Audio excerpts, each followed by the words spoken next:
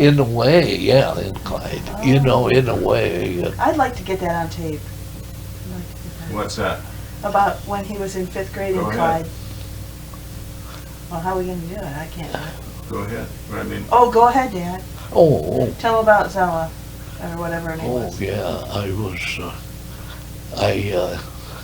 Was in the 5th grade. I went to the 5th grade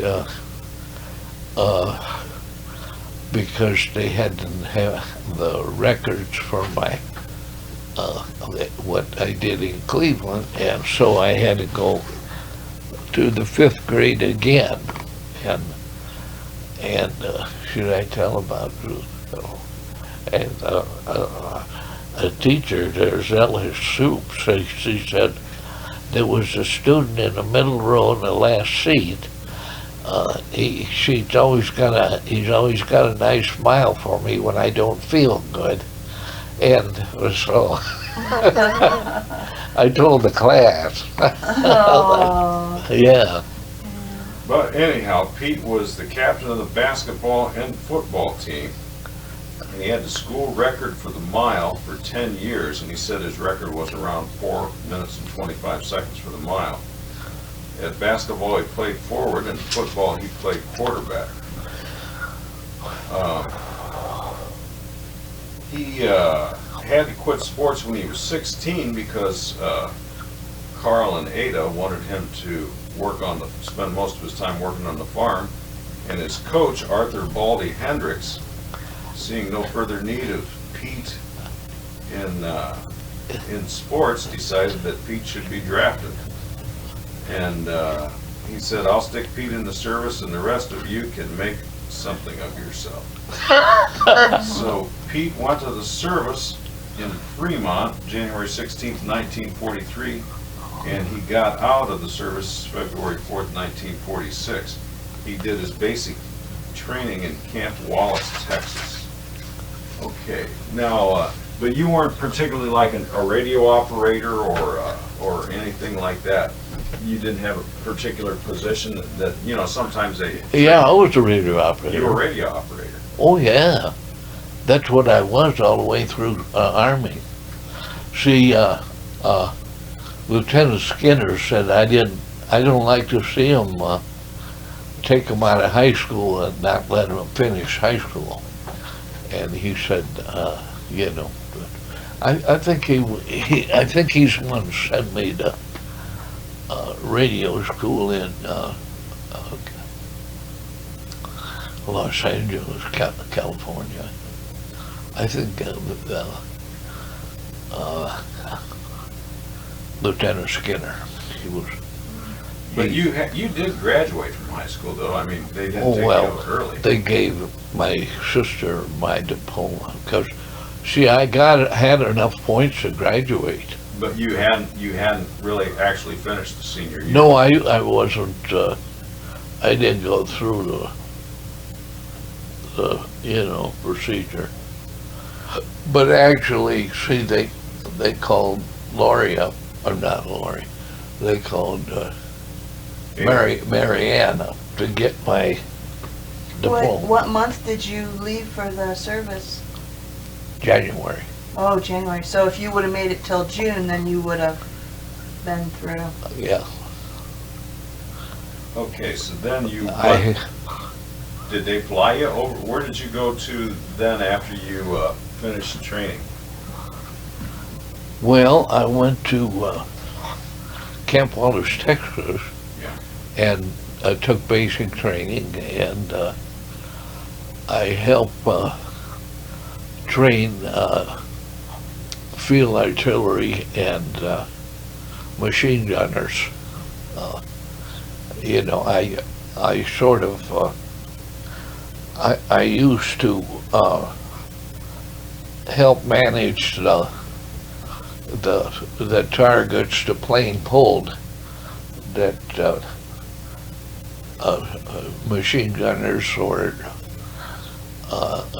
artillery would shoot at the plane flown. Like if they was getting too close to the tail of the plane, I would say stop firing, and they had to stop firing because you know, I was sort of running it, you know. I helped train artillerymen and what do you call it, machine gunners, yeah. 30 caliber and 50. So, So then, after you got done with training, you went over to Europe? Where did you cook, Dad? what? Where did you cook? You said that you... Fort Meade, Maryland. Oh, was that before you went to Europe? Yeah, yeah. Yeah, And that was for a lot of people? It was were you for the the main for cook? for the group, you know. It was for the outfit. I think it was yeah, it was 42nd Field Artillery service battery for the battery. I cooked for the battery. It was like, you know, 40 or 50 guys. But see, the mess hall, that's what they call the mess hall. Everybody comes in and makes a mess. Hey, Dad, I always liked that when you told about when you were in basic Yeah. and you had to march how far and carry that pack on your back? There was like 100 of you? Oh, there was 100 of us and about, there's about a dozen of us finished. So, you know, I finished the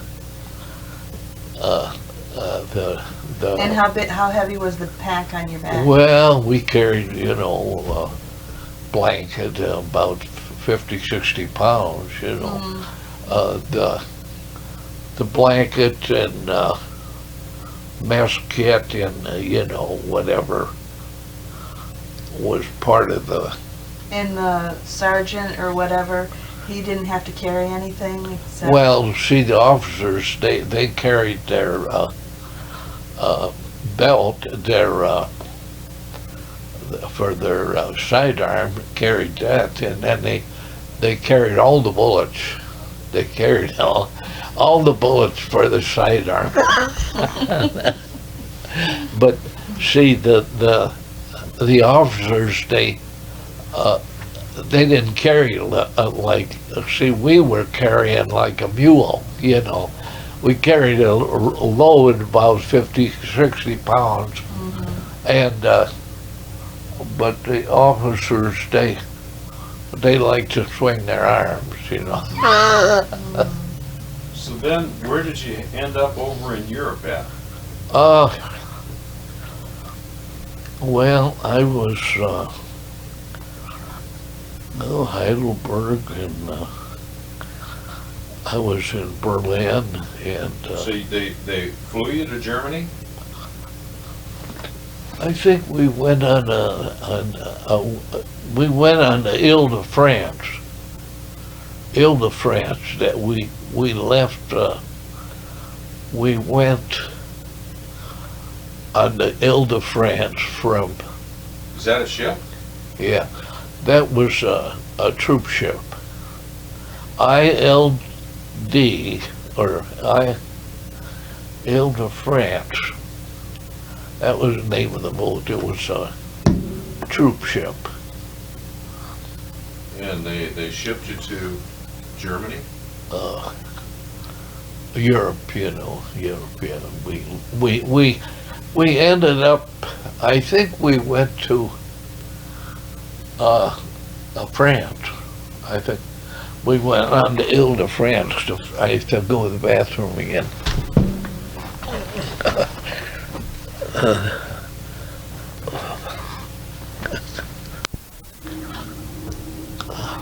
Now, you got shipped over to Europe, but you don't remember if you were in Germany or France or... France. Well, I was in both. Okay. I was all over Europe. So I can't say, you know, whatever happened. Yeah, but he's when he got shipped to France. Right, Dad? Yeah, I got to Le Havre, France. That's where we went. And then, of course, It went all over Europe. We went all over Europe. Wow. So were you seeing a lot of action or some Well, action, I used to guard prisoners and you know, light duty.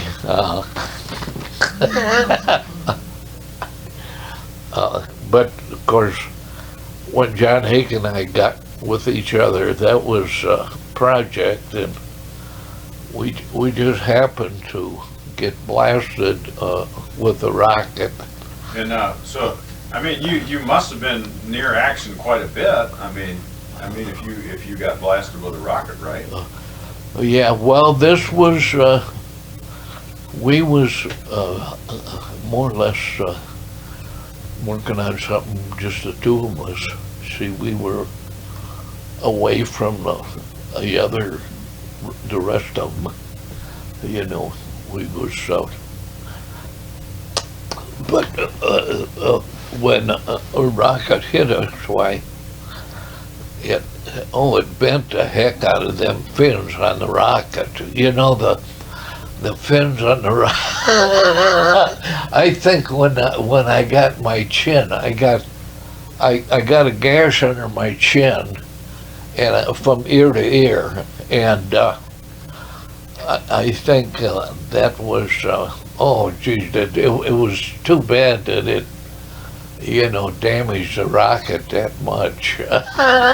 So where were you when this happened? In Europe, I don't know exactly. But you and this guy were working. John Hake, yeah. Working on this. And Project. how far away was the rocket when it exploded? Well, it hit us and blasted us apart, and we were blasted only at least 20 feet away. See, we was blasted about 20 feet from where it hit us. See, it didn't explode. Let's see, it didn't explode. It just hit us, you know. It was a dud, so it was almost like a miracle, really, then, that it didn't explode. Well, I don't know. I don't know if it was supposed to explode or not. I didn't know what. See, we weren't told a lot of. When something happens, they say, "Oh well." After you got hit, you were out. Oh yeah, unconscious. You were out and you yeah. were in the hospital. Yeah, so we didn't know. They said, "Well, you won't have duty for 5 or 6 months. You won't have duty for 5 or 6 months, you know, or until you get well, you know." We don't know how long it's going to take to, you know, be. But how many injuries did you have from that? What was that? How many injuries did you have? 7. Do you remember what they were? Concussion, 4 inches above my right ear, a fractured wrist, a fractured ankle, a gash under my chin from ear to ear. I had, it was a peanut in my nose. They pried it out with, Dad. they pried it out with, you know, a sucker stick, you know. Well, see, as far as injuries, there was 7 serious, but I think I had a soreness like my shoulder and my knee, right knee, but anywhere where there wasn't a skin puncture, that didn't count. See, if we didn't get a regular, if we didn't have to put a bandage on it, that didn't count. Were you did you go back into active service after that then? Well, no, they were they said, well, you won't be required to go to active service until you're Okay. well, until you're completely well but see, John Hake had a concussion too, but I don't think, he might have just had 5 injuries, see, but I'm not sure, see. But see, the medic, the guy said, Pete, you're injured as much or more than John is. And I don't remember, he didn't say how many injuries he had, but they told me I had 7. So, So was the war over by the time you were okay? Is that what happened? well, we were supposed to go to Japan, and they dropped the atomic bomb. See, we were supposed to go to Japan, and I wasn't, see, we weren't ready to go into duty. See, we'd have had, it would have taken a little while yet before we could send into, on duty, but, Dad, that time when you were in Europe and there was a man that was walking through a minefield, oh, that happened before your injury too. oh yeah, that did, You could yeah. tell about that. Oh yeah, yeah. Yeah, there was a man in, that was in Germany. And this man, he might have been looking for mushrooms. So he was in there, and I thought, well, this isn't a place, because I knew it was a minefield that hadn't been cleared. So I went over to him and I said, well, we better. He had one of them,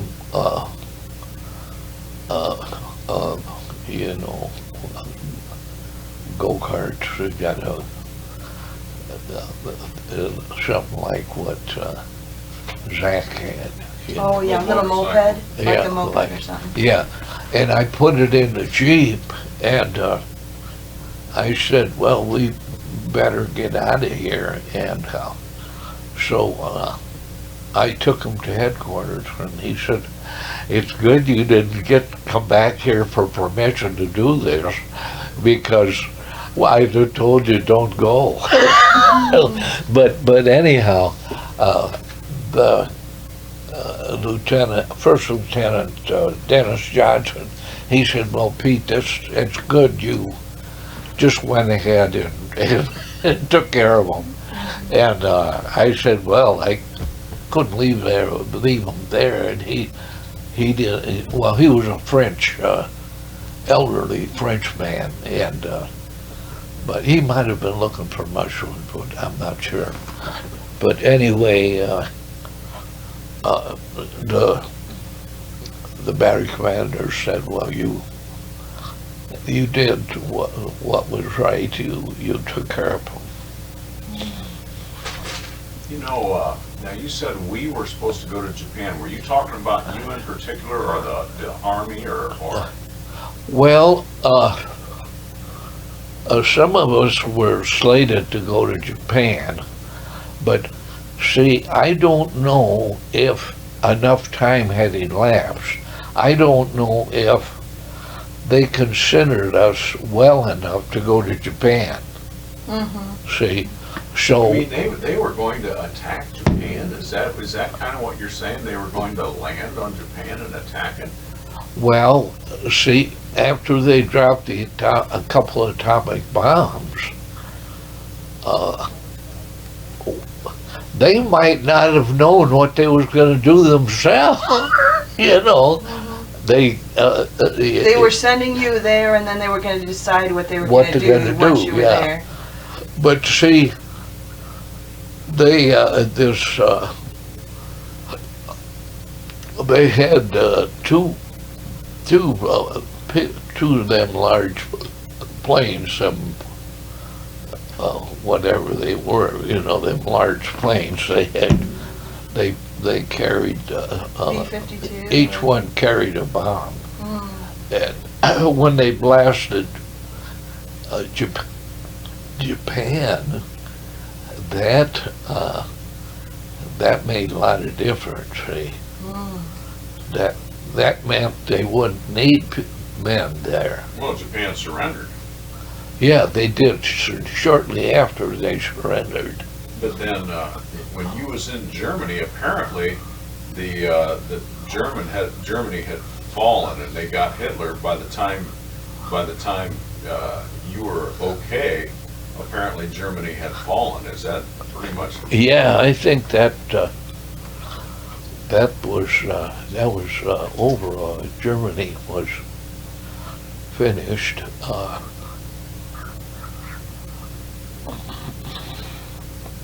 I used to guard prisoners,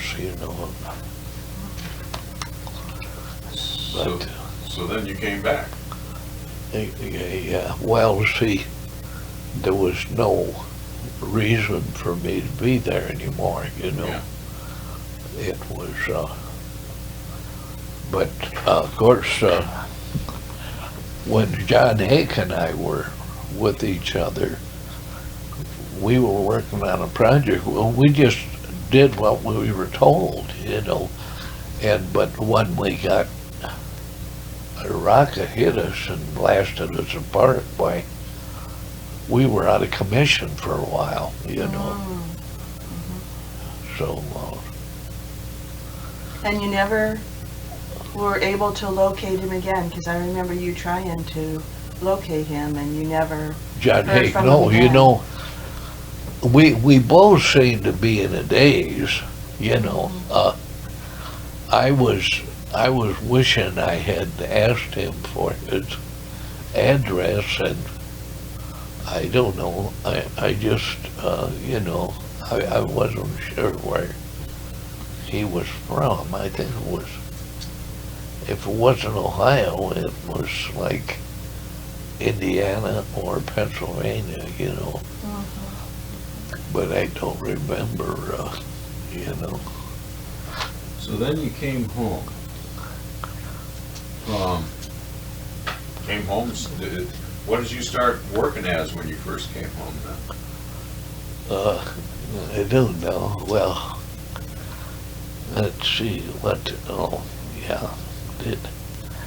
I think it had something to do with peanuts. I was, Or you take over from here, Okay.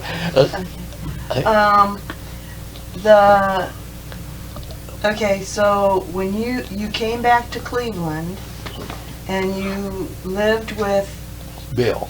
Bill, okay, and then you worked several. We lived at the same place, Bill, on Winchester, and I worked for the Beckman Company. They made cellophane bags for different things, cellophane bags, and let's see, I worked for Westinghouse. And when did Uncle Bill move to Arizona? I don't know. He stayed in Cleveland for a while. Did he? I don't remember exactly how long it was before he went to Arizona. But And you said that you came out of the Army in '46. yeah, So, and you got married in '52? Did you, or 50?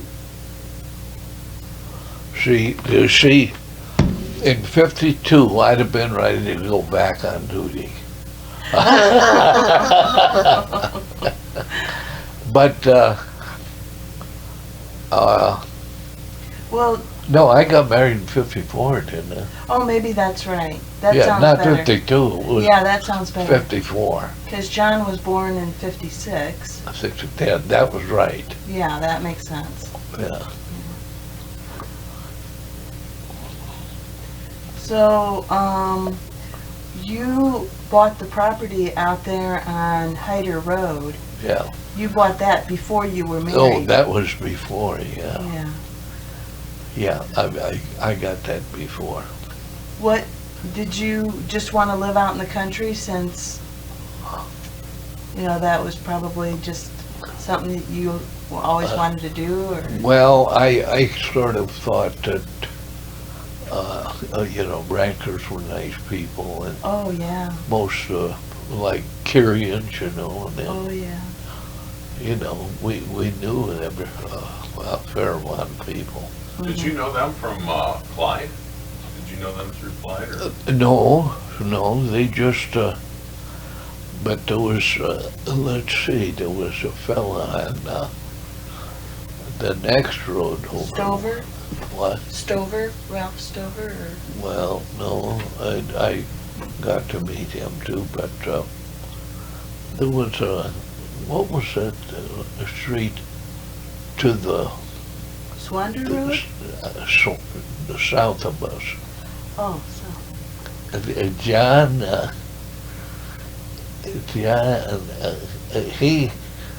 he sometimes got my mail, Rice? Rice. Oh. I think that's who it was, John Rice. But,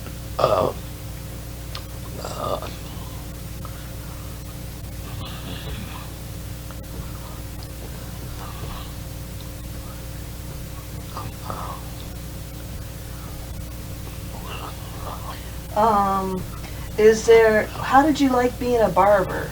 what? How did you like being a barber? Oh, pretty good. That was good. That was, Did you go to barber school? yeah. What year you think you did that? Well, that was after I was married, 64 you graduated? Yeah, in 64, yeah. I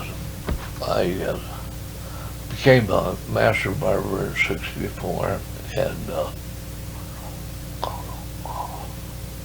I was gonna make your mother a barber, but But you had worked as a TV repairman and a bunch of other stuff before that, right? oh, yeah. What else did you do? Let's see. I mean, I don't remember, Yeah. I did, When you worked at Philco, what was your job? at Philco, I did assembly work. Oh. See, I assembled, car radios, and I set the dial at, 1600, and, Oh my gosh. yeah, so I did some sort of, technical work.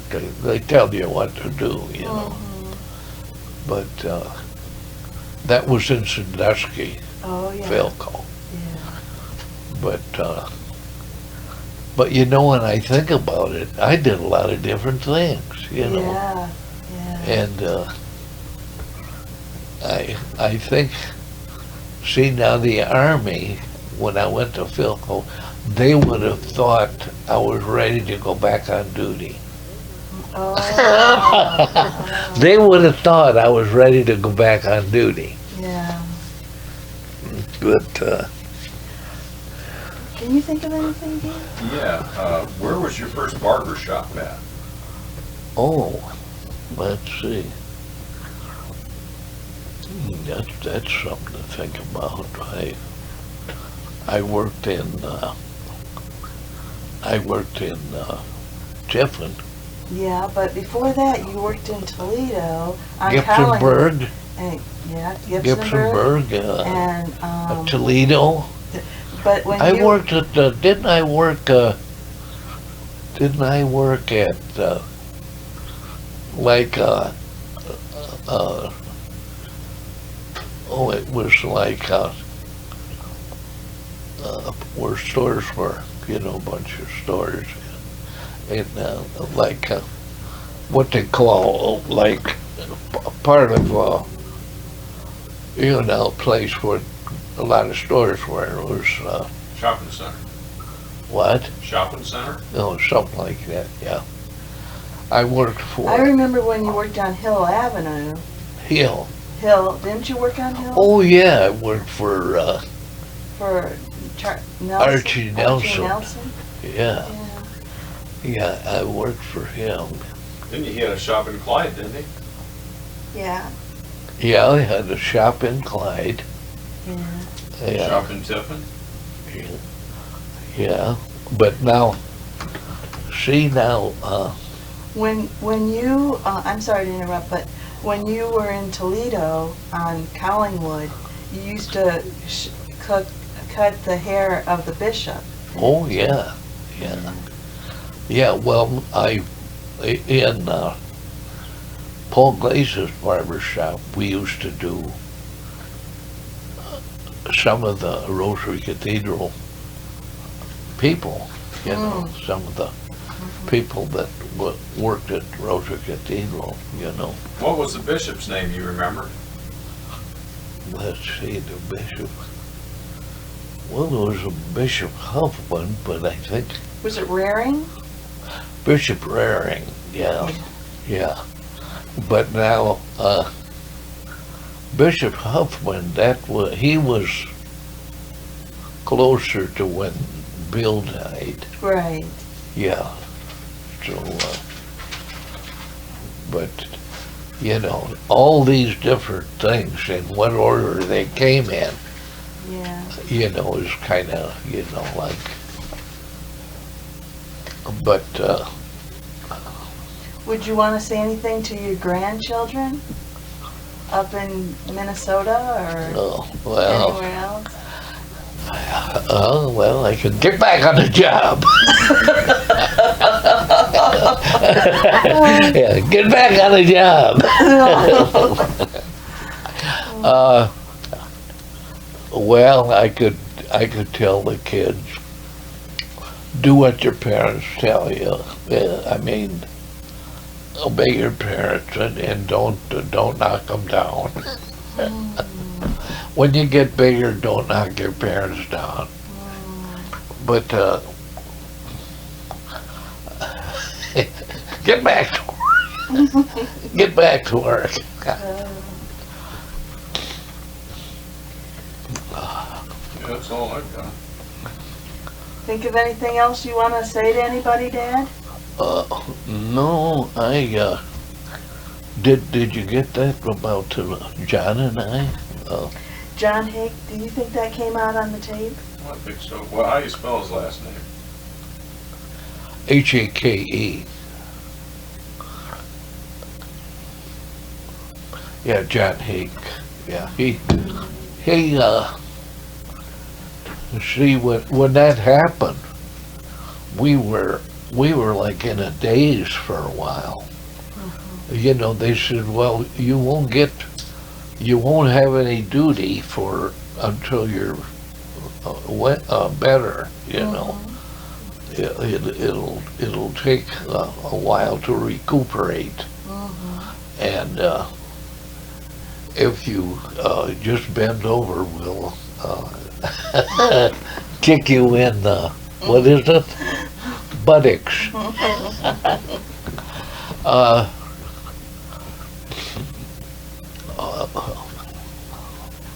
Well, that sounds pretty good. Let me rewind this and make sure we've got it.